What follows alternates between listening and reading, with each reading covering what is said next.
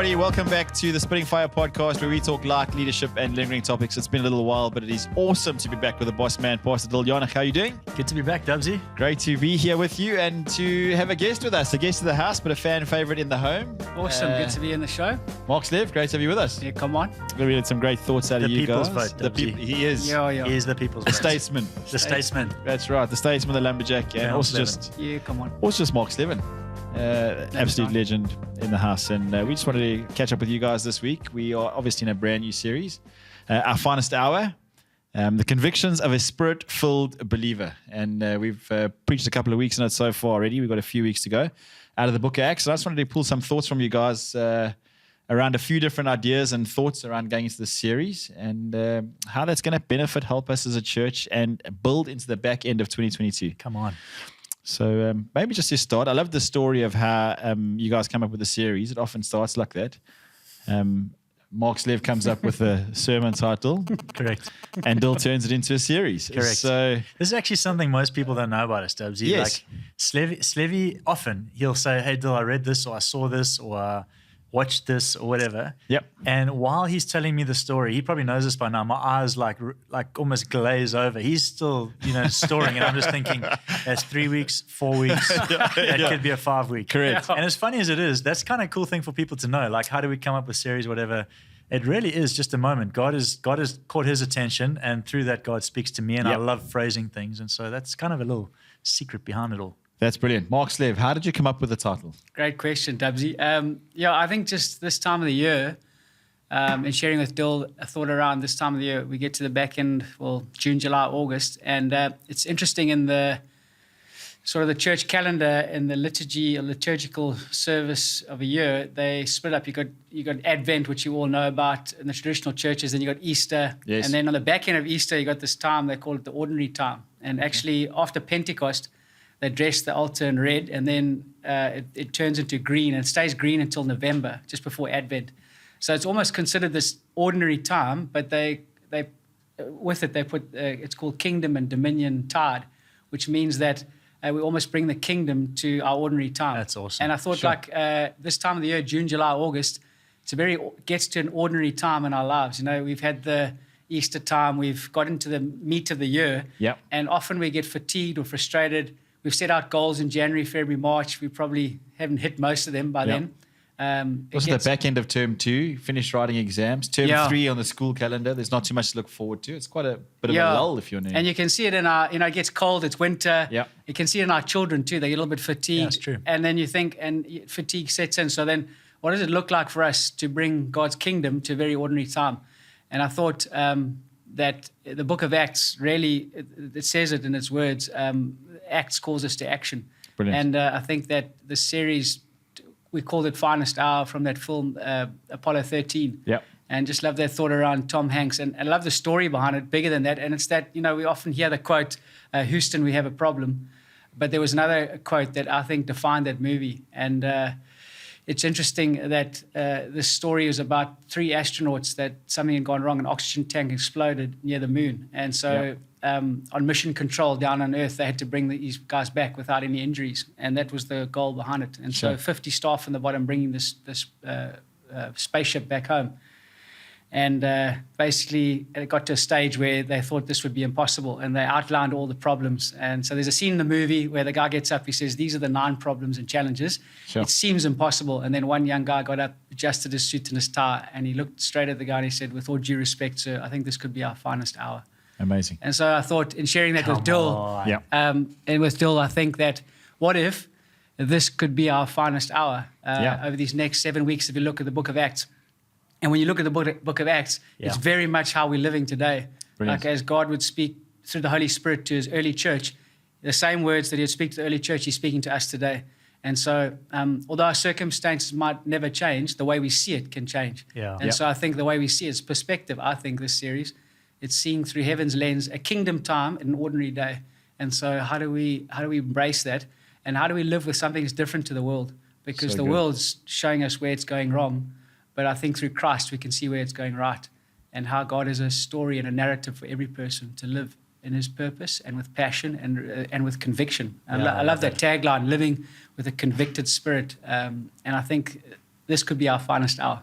So good. I love that thought around the Book of Acts, because so often we read the Book of Acts and we actually don't like we want to replicate what was happening in that season. Yeah. And it's not necessarily being like the people in the Book of Acts, but more believing like the people in the Book of Acts. So, Dylan, you come up with a tagline or a slogan, the convictions of a spirit-filled believer. Yeah. How do you see that playing out in the series? So I think what you just said now is pretty cool. Like you said, we want to behave like them, we want to be like them. But actually, the better thing is to believe like them. Yeah. So convictions is a deep thing on the inside. So that's why when Mark was saying, like, there's something about that young guy in the room of Apollo 13 that straightens up his tie and says, all due respect. That voice came from deep within. Like that wasn't just a surface level. And I think the Book of Acts is just like the Apollo story. It's plagued with problems, but the Spirit of God gives them a possibility. Yep. And so they carry this possibility into this world around them that's just plagued with opposition and problems and whatever it is. So we said, I wonder if that's that's the thread God wants to put into our church or house this season, is just deeper convictions. Brilliant. Because when your belief is strong, what's the word you said? I was saying the deeper our belief, the bolder our witness. Yeah. Brilliant. And it's so true. Don't you think, like with the Liverpool, I think of the Liverpool fans. Yes, that's right. Back in the 90s, it was the Man United. But, you can see, how do you know you're a Liverpool fan? They'll tell you. Yeah. Because they know they have a deep conviction around the team they're putting on the field. Yeah. And so the bolder their witness. And so we know it practically in our lives, but what would it look like for us as believers to believe what they've believed? Yeah. And if we have a deep conviction of what we believe, it'll shape in the way we live. Yeah. I love that because, like we said, convictions of spirit-filled believers. Like it's just after Pentecost that we start to see the Book of Acts unfolding. It's against all odds. It's the finest hour kind of language. What if this were our finest hour?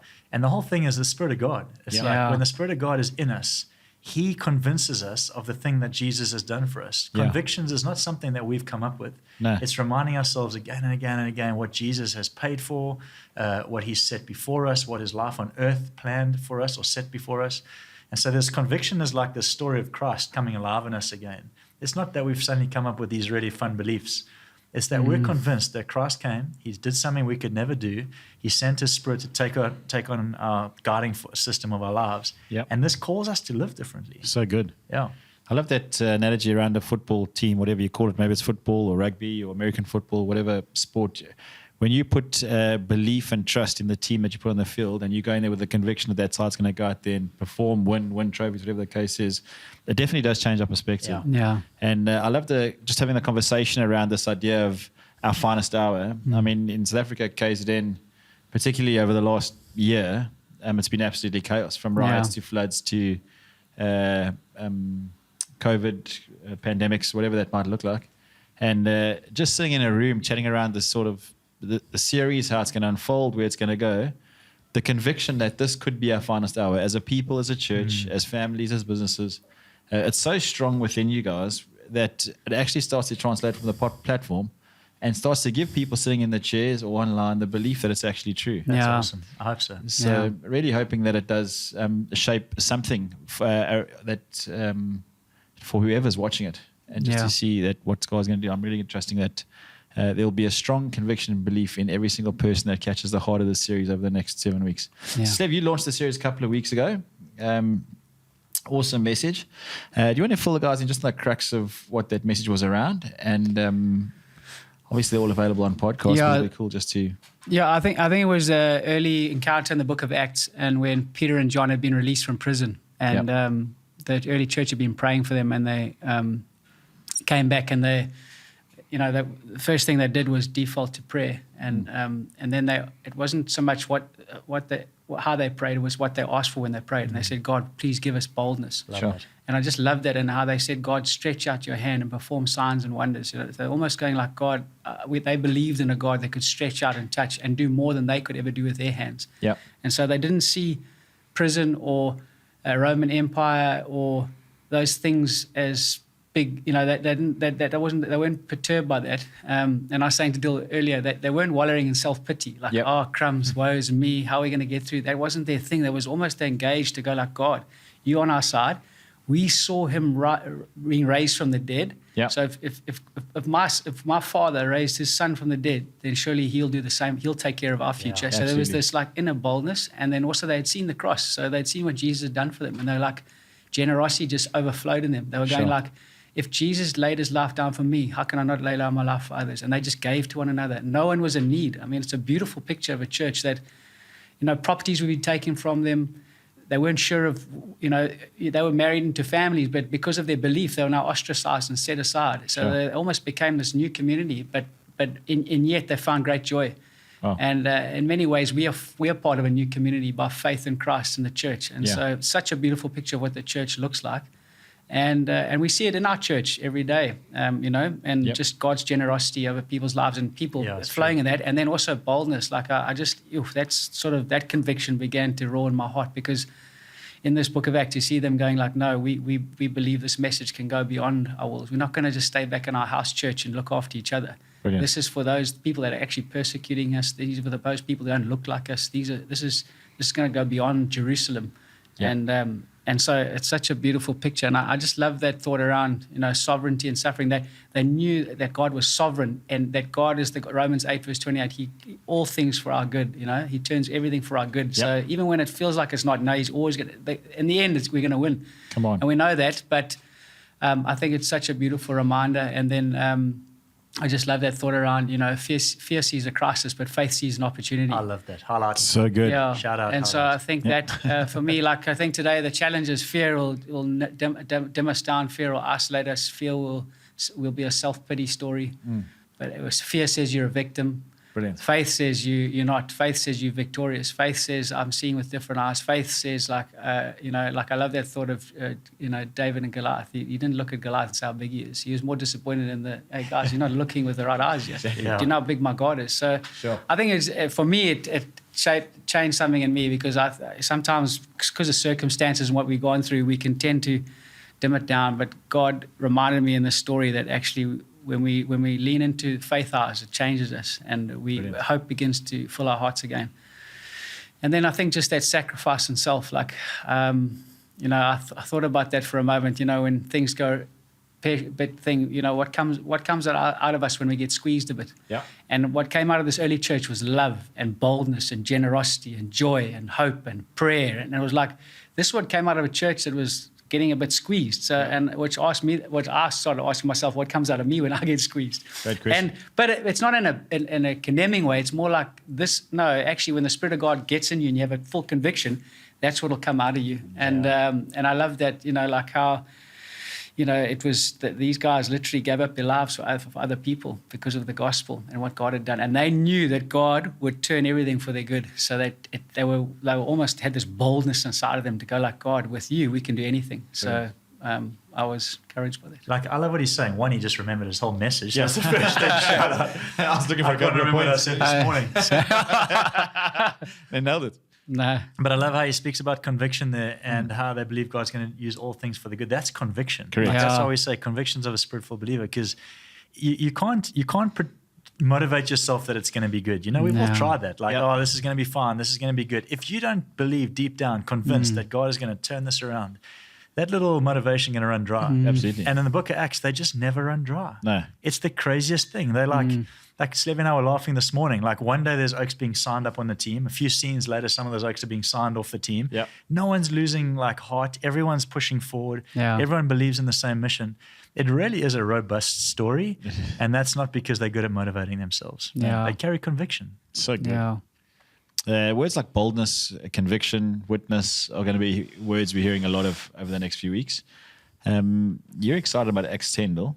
You want to give us a little bit of a snapshot or insight as to what might be coming in the near future? I don't have 3 Acts 10. points yet. And no, but you got thoughts. I think the whole series, we're looking at moments in the book of Acts where we see something that they do and we dial back to what they believe.